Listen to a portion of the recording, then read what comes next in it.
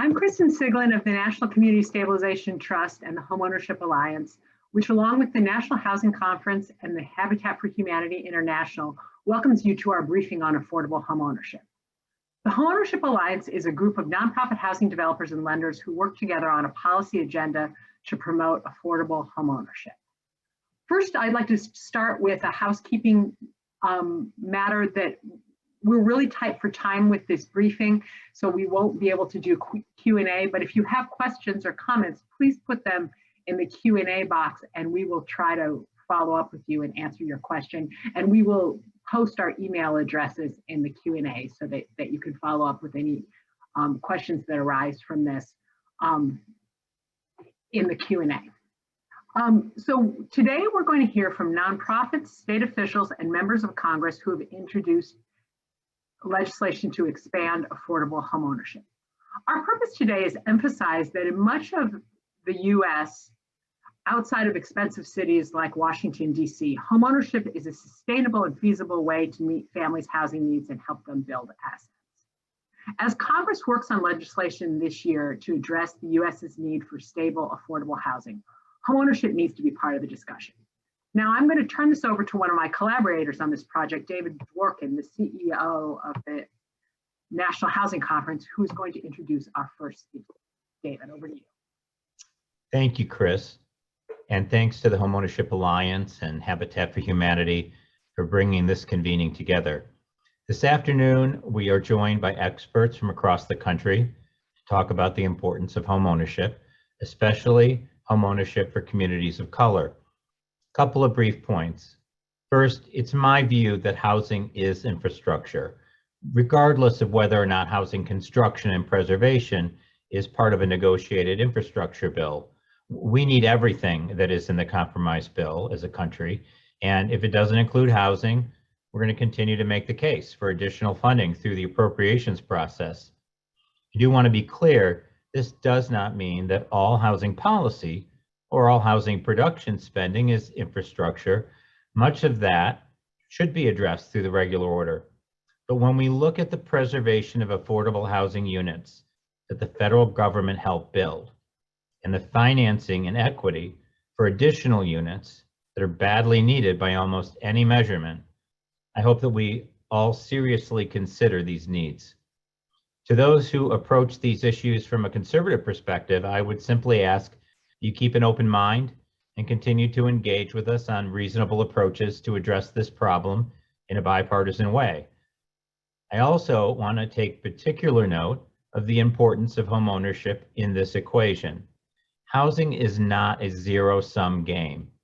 When homeownership falls, rentals increase, and so do rents. Housing is a continuum, and we need to address all aspects of the housing ecosystem. I also want to emphasize that the increasing racial gap in homeownership is deeply troubling and needs a concerted response by both government and the private sector. NHC has led an initiative to address the Black homeownership gap. We launched this initiative in Cleveland on the first Juneteenth federal holiday with HUD Secretary Marcia Fudge, Senator Sherrod Brown, and Representative Tim Ryan. Senator Portman and Governor DeWine were also invited but had scheduling conflicts. I want to emphasize this is a bipartisan effort. Our steering committee is led by the Mortgage Bankers Association, the National Association of Real Estate Brokers, the National Association of Realtors, the National Fair Housing Alliance, the NAACP, the National Urban League, and NHC, supported by research from the Urban Institute. Our goal is to create 3 million net new Black homeowners by 2030, which will move the Black homeownership rate to well over 50%. Currently, it is nearly as low as it was when the Fair Housing Act was passed in 1968. Many people have asked us, why not focus on all people of color? It is a very fair question. The answer is that the experience of Black homeowners over the past 20 years has been dramatically worse than all other racial and ethnic groups. And we have a moral imperative to address it directly. The other factor is that all of the strategies we're recommending will help all underserved groups. You can learn more about the initiative and our 7-point plan to achieve it at www.3by30, that's the number 3, by30.org. Today, we will hear from experts across the country that are helping families build strength and stability and a better future by achieving the dream of homeownership. Our first speaker is Mike Lofton, CEO of HomeWise, an Albuquerque-based affordable housing organization. He's also a non-resident fellow at the Urban Institute. Mike will tell you that HomeWise is guided by a belief we all share, that strong homeowners help build healthy, vibrant communities, and that with the right tools and support, people can be empowered to change their lives. Mike? Thanks, David. Appreciate the introduction. So I'm the CEO of HomeWise, and I've spent 6 months as a visiting fellow with the Urban Institute, and one of the things I worked on there was a paper called Homeownership is Affordable Housing. There's also, if you go to their website, you can find it there. I think it's going to be in the chat, and there's also a shorter blog on the same subject. You know, it is becoming widely understood, as David was talking about, that America's racial wealth gap is largely driven by our racial home ownership gap. What is not as well understood is how improving access to home ownership is also vital to increasing housing affordability for low-income households and for people of color. High home prices in places like Washington, D.C. obscure the fact that in most of the United States, buying a home is cheaper than renting.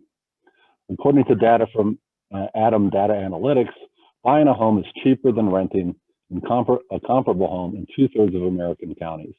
This is true the day the home is purchased. But the big power of home ownership in driving housing affordability happens over time. This is because the biggest portion of a homeowner's housing expense is held constant.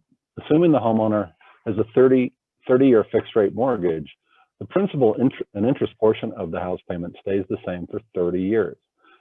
Only the property tax and insurance portions of the house payment are subject to inflation. On the other hand, there is no such thing as a 30-year lease. 100% of rent is subject to inflation. The net effect of this is that on average, the typical homeowner pays 10 percentage points less of their income on housing than does the typical renter. Of course, this is true, many would say, because homeowners typically have higher incomes than do renters. But if you control for income, the 10 percentage point difference holds true. Low-income renters who have annual incomes of less than $50,000 typically pay 34% of their income on housing. Low-income homeowners pay only 24%. And if you look at very low-income renters, those with incomes less than $20,000, they pay roughly half their income, 48%, on housing expense, while homeowners who are very low income pay 38%. Let me clarify the significance of this percentage points difference. For example, take a household who has an income of $40,000 a year. The typical renter with this income pays 34% of their income on housing, or about $1,133 a month. In contrast, the typical homeowner with this income pays only $800. This is a difference of $333 each and every month. The affordability advantage of homeownership also holds true across race and ethnicity. While it's true that white homeowners pay less of their income on housing than do Black and Latino homeowners, Black and Latino homeowners pay less than all renters, including white renters. All this adds up to the fact that more low-income renters are cost burdened than are low-income homeowners. While 3/4 of low-income renters are considered cost burden, paying over 30% of their income on rent, less than half of low-income homeowners are considered cost burden.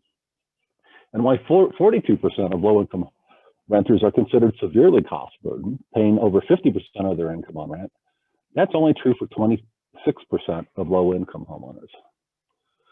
What I found really interesting when I was looking at the data was when I asked a different question. So who's not cost burden at all? Who has a really affordable housing expense? For example, who pays less than 20% of their income on housing? When you ask this question, you find that 31% of low-income homeowners pay less than 20% of their income on housing. That's only true for 7% of low-income renters. So increasing access to home ownership can be a very, very powerful strategy to help people improve their financial well-being. By reducing a family's biggest monthly expense, housing, home ownership increases their discretionary income and helps improve their overall financial well-being.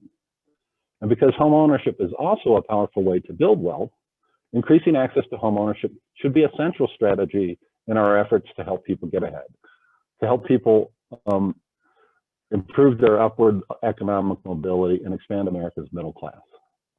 Home ownership can help America close the wealth gap and increase housing affordability. These goals are not oppositional, they are complementary. We can accomplish both housing affordability and wealth creation if we focus on the right things. So how do we take advantage of the home ownership opportunity? I don't think there is a quick fix. I don't think there's any silver bullet.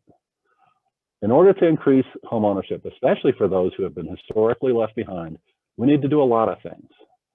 Here are two examples of the kinds of things I think we need to look at.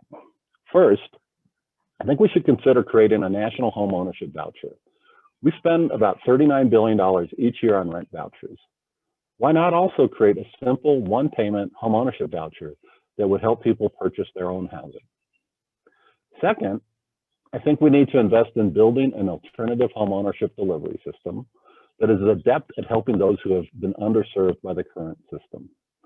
Importantly, this alternative system must help people access home ownership in a way that will help them be successful homeowners over the long term.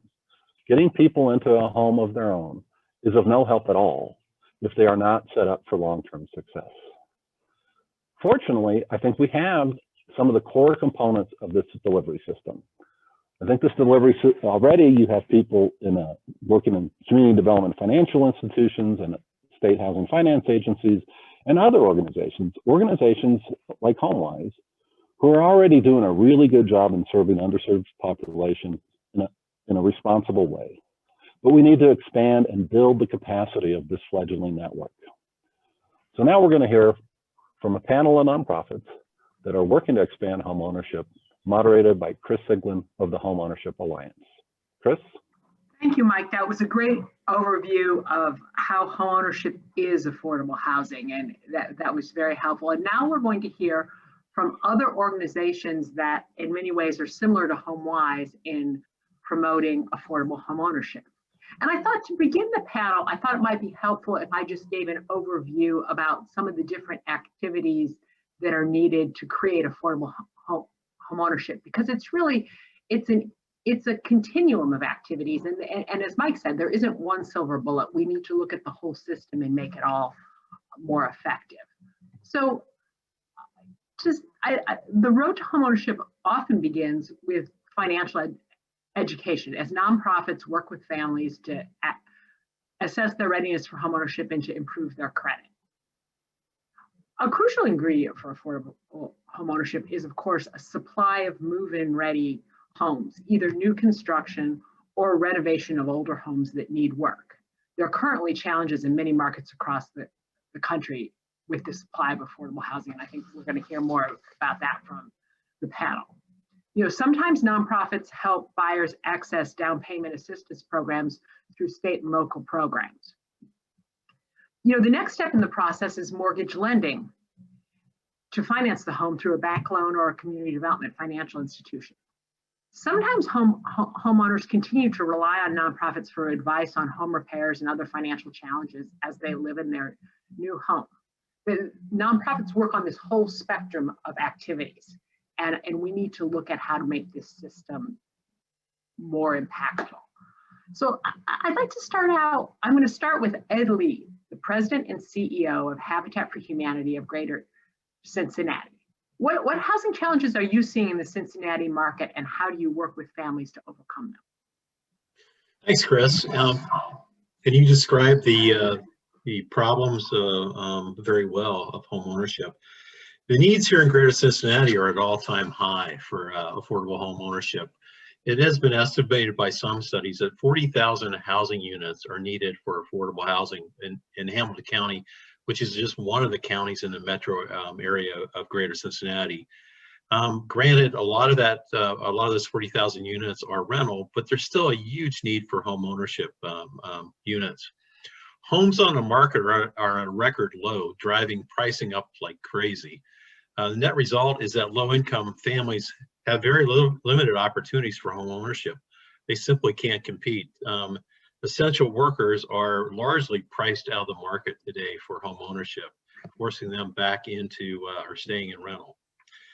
Federal investment in affordable housing has largely focused on rental programs, which is much needed, but is only part of the need, as articulated by David and Mike just a few minutes ago. There are two big needs in Cincinnati, and the need is similar across the country. Now, granted, the Cincinnati market is much more affordable than many places, including Washington, D.C. So some of the numbers I'm going to share may not seem that dramatic, but believe me, it has priced folks out of the market here. We need more inventory is the first big need. We need to produce more affordable houses for affordable home ownership. Nobody is building homes at market rate in Cincinnati that are affordable. So folks that are below 100% of AMI cannot afford any of the market rate homes being developed in the area. Homes under development start at above $300,000, up starting at $300,000 to $400,000 in Cincinnati that are market rate, and nobody that is making $15 to $20 an hour can afford those. So folks in a lot of the jobs, a lot of the economy are just priced out from the very beginning on those market rate homes. The second big problem is we need to preserve homes that are owned by low-income families. Many have not had the funds for maintenance and improvement on their homes for more than a decade or more, and they're facing code violations or quality of life issues from lack of funds to take care of their homes. Helping these families stay in their homes preserves our neighborhoods, supports property values, and keeps families from falling further down the socioeconomic ladder. Habitat for Humanity is partnering with low-income wage earners on all of those fronts.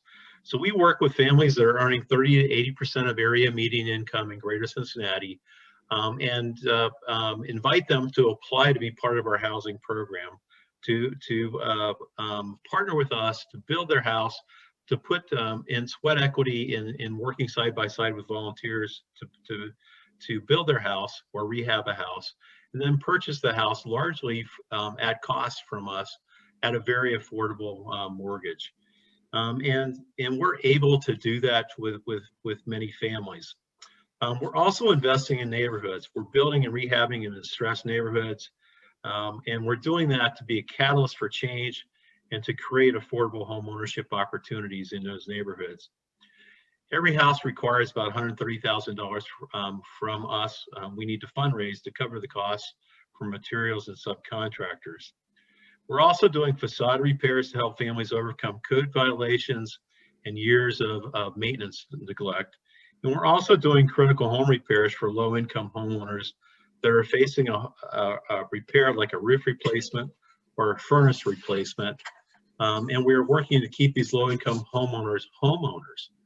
Every repair costs somewhere between $15,000 and $20,000, and they just don't have the funds. We always look at their financial situation to qualify them for these repairs, and ideally we would set up a loan program so that it could repay us for these repairs. But their debt to equity or debt to income ratios are so out of whack because their income is so low. We simply can't, in many cases, offer a loan, even at $50 a month, for repayment to these folks. The needs are real. Where we want to go is we want to offer scaled solutions. We want to increase partnerships between public and private to derive those solutions. And data is clear. Data shows that investment in home ownership is a prescription for improved communities, lower crime rates, lower teen pregnancy, higher academic outcomes, improved health, and the opportunity for generational wealth.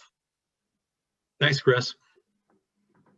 Thanks. Now we're going to move across the country, move east and south to Atlanta, Georgia. We're going to hear from Tayani Suma, the Senior Vice President for Real Estate at the Atlanta Neighborhood Development Partnership, another nonprofit that also works on affordable home ownership. So Tayani, I'd like to start with, Why did ANDP decide to focus on homeownership, and what kind of outcomes have you seen with your work? Well, thanks, Chris. I really appreciate being here today. ANDP works in a broad metro Atlanta area that includes both the cities and the surrounding suburbs. And we have worked in the single family space for a number of years. We also do multifamily rental deals as well. And we were formed in 1991, so single family always represented a portion of our work. However, starting during the foreclosure crisis, we really began to roll up our sleeves and look at how we could utilize the various financing tools available to increase this work. And really, the severity of the need caused that shift, and we have been really on a roll ever since. In the Atlanta area, in the past year, our supply is down significantly. We've got about 1 to 2 months supply right now, which is down 37% from the earlier period, according to recent metrics. Our median prices really have increased in great disparity to the increase in incomes and wages in our region. And so, you know, that's sort of one evidence of the need. The other evidence, of course, that we're all seeing nationally is the huge disparity in the homeownership gap in with the Black community as compared with others, as well as the wealth and equity gaps. And so those needs and sort of our local and regional data really drove us to increase our work on the single family side of what we do. And so we began to scale, moving from having completed about 40 single family units in 2015 to, at the close of 2020, we had completed over 120 units of single family housing. Keep in mind, our work is not in any way, we are not a subdivision developer or any type. These 120 units actually, in many cases, are one by one acquisition rehabs, or perhaps small clusters of new construction where the opportunity presents itself. And to talk additionally about other outcomes we've seen, we have seen a real notable impact on wealth building. And so our data is a little bit stale, but we did take a look at our portfolio, our inventory of completed sales about 1.5 years or so ago, and saw that on average, we had our homeowners had built $85,000 in equity specifically as a result of the homes they had acquired from ANDP and the benefits there. And then third, sort of a corollary of this work of increased production and increased wealth building, we have really focused on intentionally building economic opportunity for minority contractors and small businesses.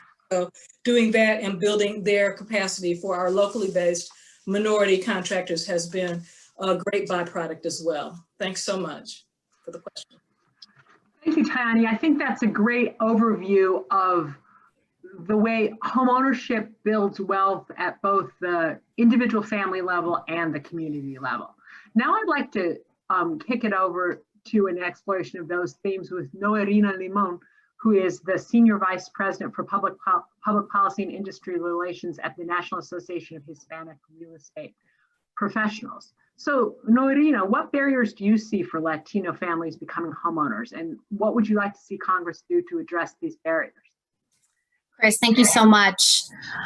When we talk about the Latino community, we're talking about a community that is disproportionately located in expensive markets. So if you look at the markets of LA, you look at markets in San Diego, you look at markets in Florida, in Texas, in New York, New Jersey, all the traditional Illinois, the traditional Hispanic populated states, you see some of the most expensive markets in the country, and markets where housing inventory is at its worst. And so historically, we've been saying this for the past years. We've been saying housing inventory is the biggest barrier toward advancing home ownership for the Latino community.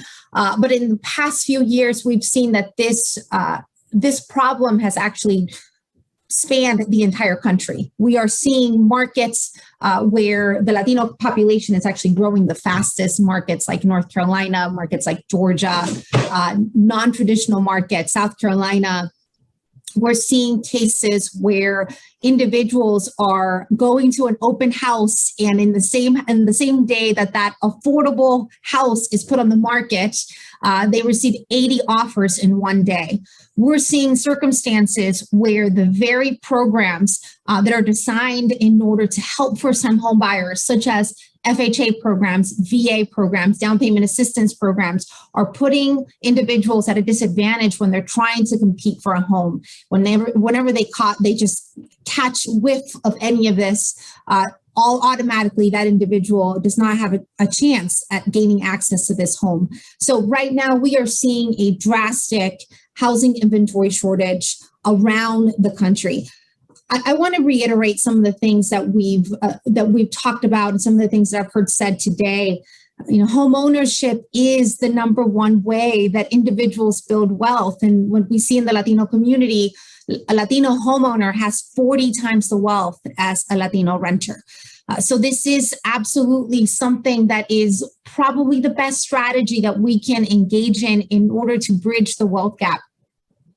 The Urban Institute released a study saying that over the next 20 years, 70% of new homeowners are projected to be Latino. So when we look at the future of the housing market, we see a lot of opportunity in order to increase homeownership around the Latino community, mostly because of this demographic wave that is pushing this community forward. For example, the Latino community has a median age of 29.8. So that's 14 years younger than the non-Hispanic white population.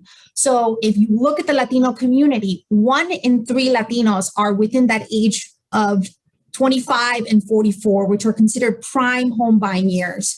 Latinos are also creating households at faster rates. And there's an unbelievable desire for homeownership. But that's just a projection. That's a projection based on demographics, and one that won't come true if we don't build enough housing. If we don't take this opportunity right now in order to lower the cost of being able to afford that first home by increasing the supply of homeownership. So while that number seems optimistic, it really isn't. It's something that I think everybody in the country should be concerned, because we are expecting the Latino community to carry the homeownership growth for the country, but yet there aren't enough homes available for people to buy at an affordable rate. And we're seeing, like I said before, that a lot of the critical programs that are helping individuals obtain homeownership are creating a disadvantage for this very population that can sustain homeownership growth over the foreseeable future.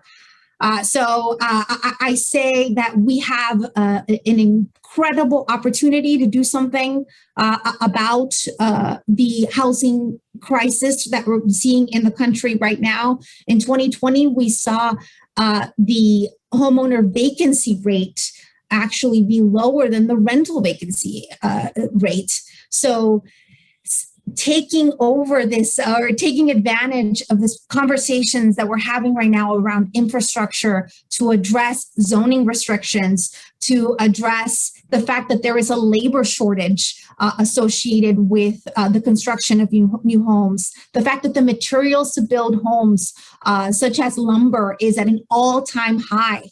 So we are seeing some drastic challenges. We've been scouting developers all over the country, and the amount of developers that are actually able to build at that first-time home buyer level, that starter home level, is very sparse right now around the country. We do need to redesign the way we think cities, think of density, think of cities that are, or homes that are closer together, townhomes that are developed for the workforce, but with the ability to achieve the American dream by owning a piece of the American dream and be able to scale economic mobility and grow wealth for a family. I think the pandemic really reinforced the power of home for everybody. Home became the place where we housed our elderly parents, where we worked, where we had childcare, where we had our gyms, where we had our family meetings. I mean, it became the center of our universe, became the safest place to be.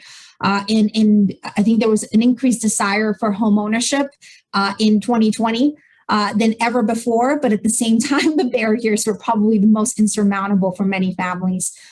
So that was a terrific list of all the issues that need to be addressed. We're running short on time. I wanted to give Ed and Tayani a chance.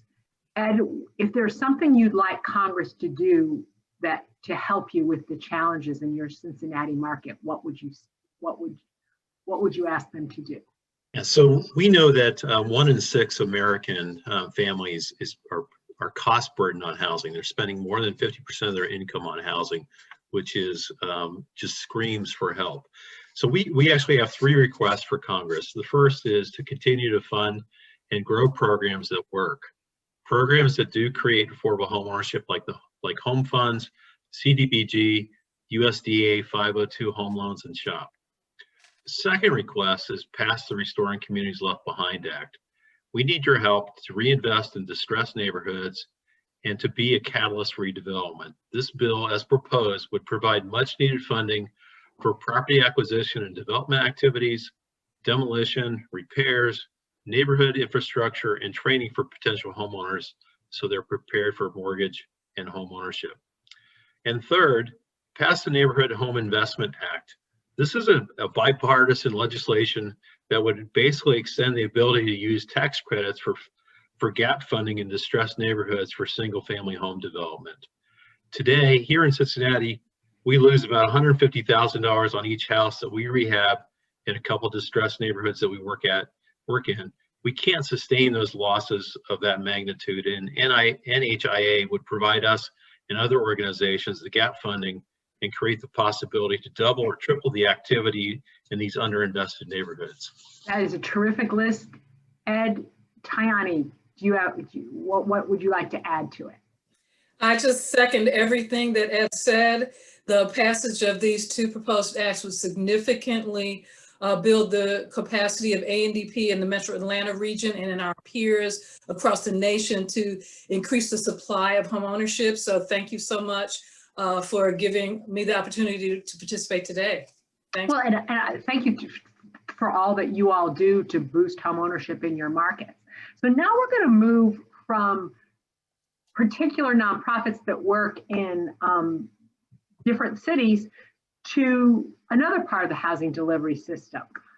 State governments are crucial partners in affordable home ownership as state housing finance agencies manage down payment assistance programs and make home mortgage loans to qualified lower income home buyers. We are lucky to have Ralph Perry, Executive Director of the Tennessee Housing Development Authority, tell us what Tennessee is doing to foster affordable home ownership in his state. Over to you. Thanks very much, Chris. Good afternoon, everybody. I imagine, given the quality of the past speakers, some of you might be thinking at this point that everything's been said, you just haven't heard everybody say it yet. So I'd like to take a somewhat different approach, if I may. I suspect you get the value of home ownership. What you may be wondering is how we make that home ownership opportunity available to people of more modest circumstances, particularly first-time home buyers. And that's where your state housing finance agency comes in. For all of us, financing mortgages for those buyers is our founding purpose. It's our principal line of business. And we have a 50-year track record of serving that customer responsibly and well. At the Tennessee Housing Development Agency, for example, our typical customer comes in with household income of about $60,000, a credit score of 693. They need some down payment assistance from us to buy a house that's worth about $170,000, a bit more than that in the Nashville area. So how do we reach that buyer? Well, first, I should explain that we're not the lender. We work through 150 different private sector lenders in Tennessee. They originate loans based on our specifications. We buy those loans from them. We fund the down payment assistance. our loan products are actually market expanding opportunities for those lenders because they give them the opportunity to responsibly serve borrowers who might otherwise be outside their credit box. And because none of those lenders have to work with us, it's up to us to make sure we make that a worthwhile business proposition for them and that we provide a first-class back office execution when they send the loan files to us.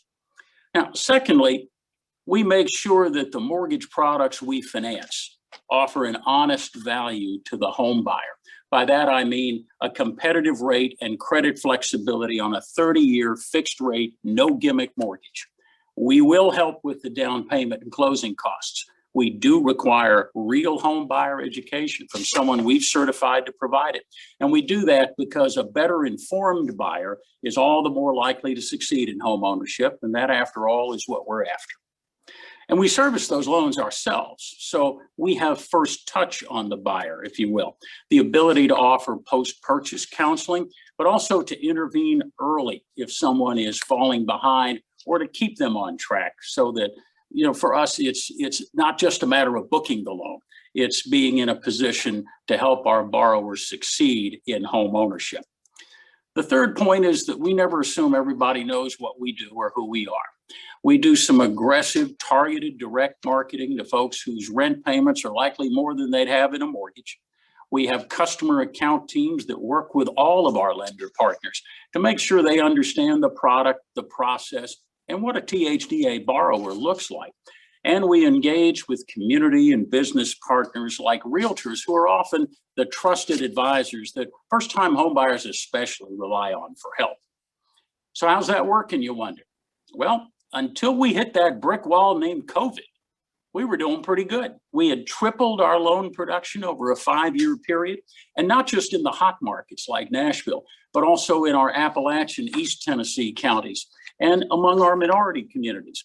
In Memphis, for example, in 2019, we had done 4 times as many loans as 4 years earlier, and 65% of them went to African-American buyers.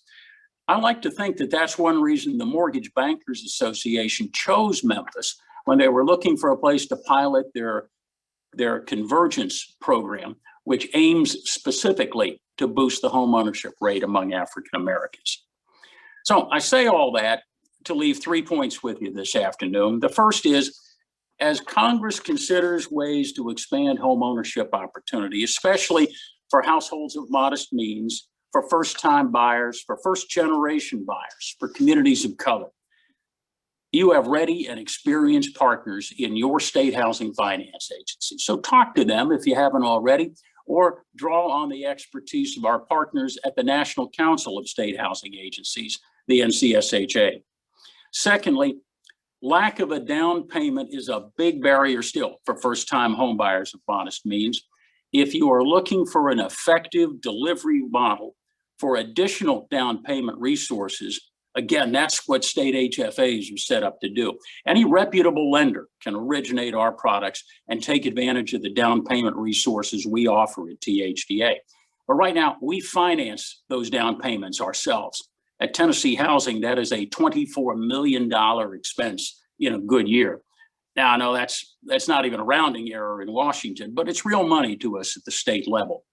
Give us funding for down payments and closing costs, and we can do more of it in larger amounts and for more borrowers. And third, well, as I mentioned, the lack of down payment remains a barrier. The biggest barrier for first-time buyers today is lack of supply, especially at affordable price points.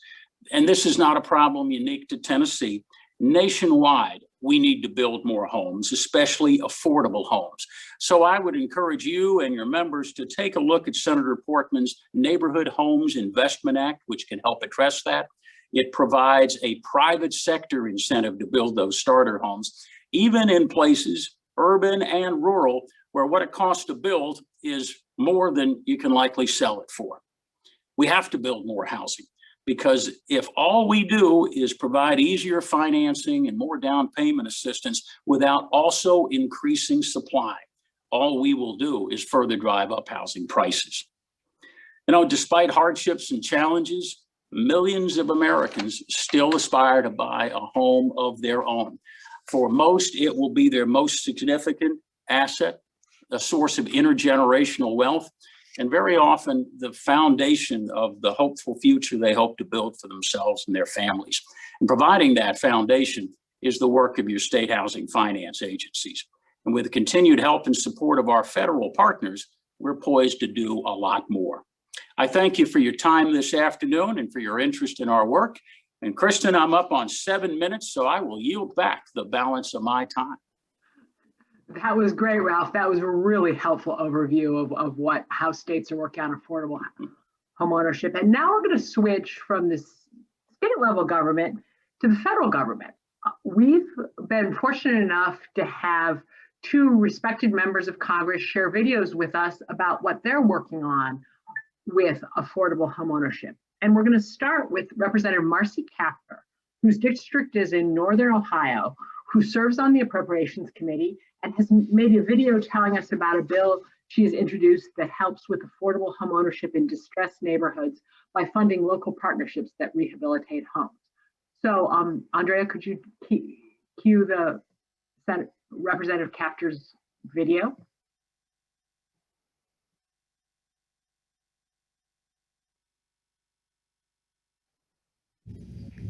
Hello, I'm Congresswoman Marcy Kaptur, representing Ohio's 9th Congressional District along the beautiful southern shores of Lake Erie.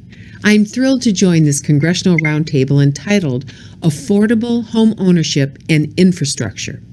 I wish to thank the organizers, including the National Community Stabilization Trust, Habitat for Humanity, the National Housing Conference, and the Home Ownership Alliance for their tireless work as we work together to affirm housing is infrastructure. And yes, your home is the largest form of savings for any family.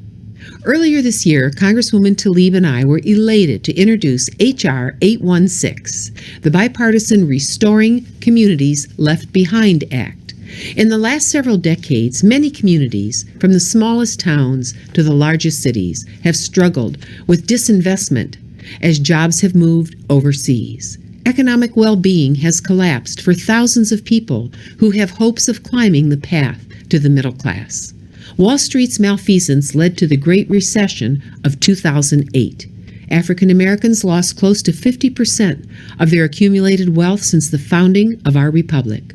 Latinos lost close to 30%, and homeowners overall lost 20% of their equity.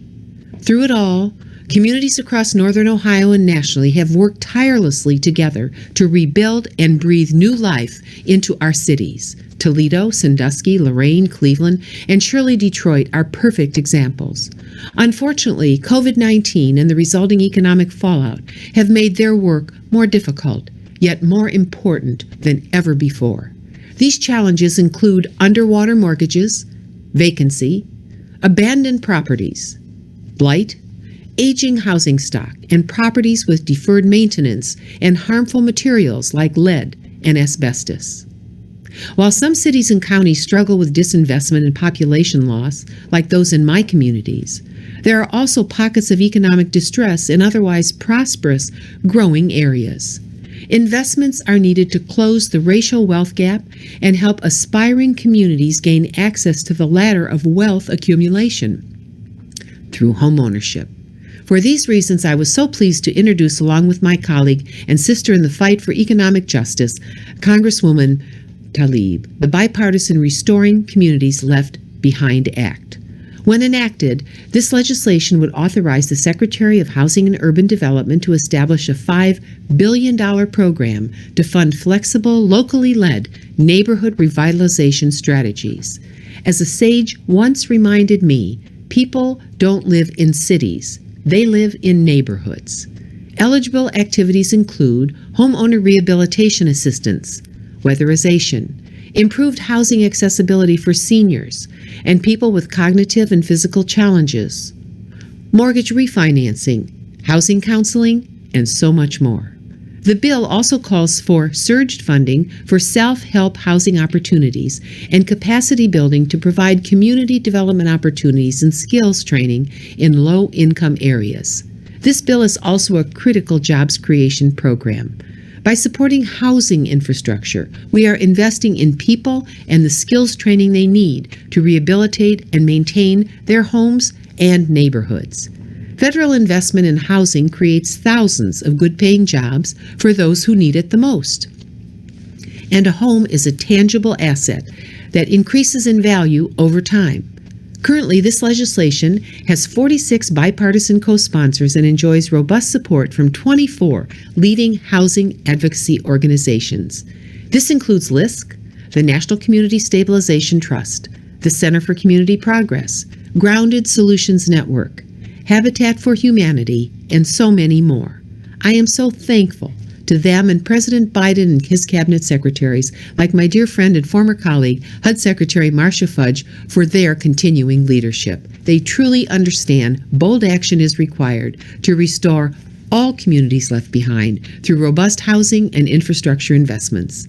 I wish to also express my gratitude to Chairwoman Maxine Waters and her staff for working with Representative Rashida Tlaib and me to enhance and introduce this legislation. I am thrilled that Senator Gary Peters has announced he will co-lead the Senate companion of this legislation. Given the needs in Michigan's rural and urban areas, Senator Peters' leadership will be key to masterfully shepherding the bill through the Senate. In conclusion, thank you for your commitment to restoring communities left behind through equitable housing infrastructure investments. Together, we can revitalize communities to ensure a more prosperous, financially secure, and healthy future of America's people. Onward. That was great. We're going to hear from another member of the Ohio delegation, who's also a champion of affordable homeownership. Senator Rob Portman serves on the Senate Finance Committee, and he's going to talk about another piece of legislation that's been mentioned by other speakers on this webinar that uses tax credits to make affordable homeownership possible in neighborhoods where it costs more to rehabilitate homes than they can be sold for. So please cue up the video from Senator Portman. Ohio is a lucky delegation. Hi, I'm U.S. Senator Rob Portman. Thanks to my friends at Habitat for Humanity for inviting me to speak with you briefly today. I'm so grateful for the work Habitat does every single day in communities around the country to help families in need find a home. I always love having the opportunity to volunteer to build. In fact, participating in a Habitat build is the birthday gift I give myself every year. It's great to be joining so many advocates for expanding home ownership to more American families, including Habitat Cincinnati's own Ed Lee. Thanks to you all, we are helping to put more hardworking people on the path to the dream of home ownership. Today, I'm pleased to get to talk about the work we're doing here in Congress to help in Habitat's important mission. And specifically, a bipartisan bill we are working to pass called the Neighborhood Homes Investment Act. This is new legislation that I wrote with my colleague Ben Cardin of Maryland to address a systemic problem when it comes to purchasing and renovating rundown homes in certain rural and urban areas. The costs involved aren't matched by the value of the sale price of the homes when all the work is done. Far too often, this results in lower-income families like the ones you all help being priced out of the dream of home ownership. So the Neighborhood Homes Investment Act fixes this by creating a new tax credit to cover that difference in costs. It would make renovating homes a worthwhile investment, even in hard-hit areas, and it will ensure that homes constructed or revitalized under the program are sold only to homeowners making less than 140% of the area median income. There's real potential here to make a big difference for the lower-income first-time home buyers that Habitat works to help. We believe this credit could help revitalize 500,000 homes and create $100 billion in development revenue over the next 10 years in communities with foreclosures and blighted or vacant homes. I want to thank Habitat for their support of this important legislation. I look forward to working to get it passed this year. Thanks for all the work you do every day to lift up our families in need. Godspeed.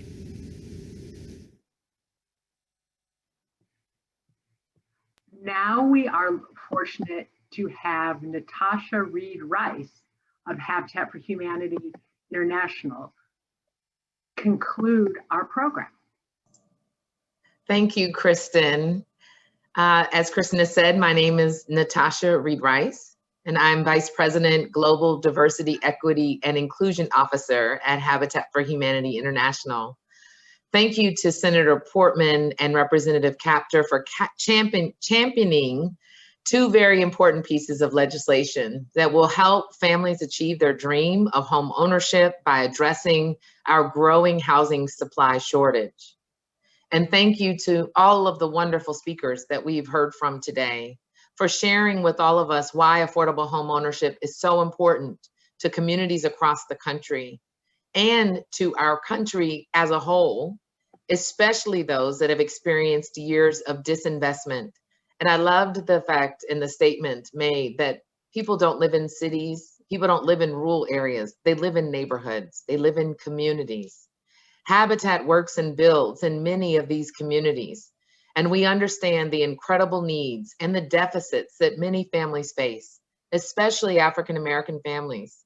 We also see firsthand the effect that abandoned properties and aging housing stock have on the health and the ability of many of these families to thrive. Home provides the physical foundation for success in nearly every area of our lives. And we realized during the COVID pandemic how important home is. During the pandemic, we realized that home was school, home was workplace, home was hospital, home was a sheltered place to stay safe in. Home provides shelter, stability, economic security, and opportunities to build wealth long-term.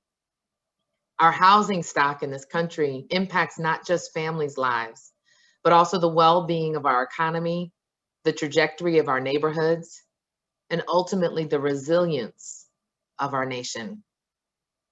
I hope after today's briefing, you will walk away with a much better understanding of the challenges our country faces with being able to provide more affordable home ownership opportunities to low-income families.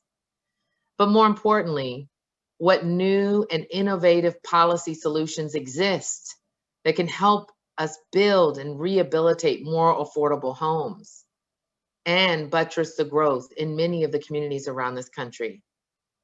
Thank you so much for joining us.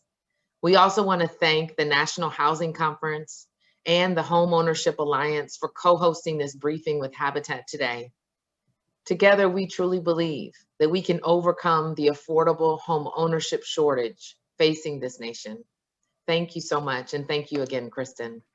And thank you to National Housing Conference. Thank you to Habitat. It's been a pleasure to work with all of you on this. And I've just got two housekeeping reminders that I need to tell everybody. The first is that a recording of this will be available within 48 hours. And it will be emailed out to registrants so you can share it with people who might have missed it. And the second thing is that we have fact sheets about the legislation that was about both affordable homeownership and the legislation that was discussed on this webinar that are available. You should have gotten an email with your registration, plus they're available on the events tab of the National Housing Conference website. And you also could email to any of us. But again, thank you so much. We've had wonderful attendance, and I hope everyone has left with some new knowledge about affordable homeownership. Thank you very much.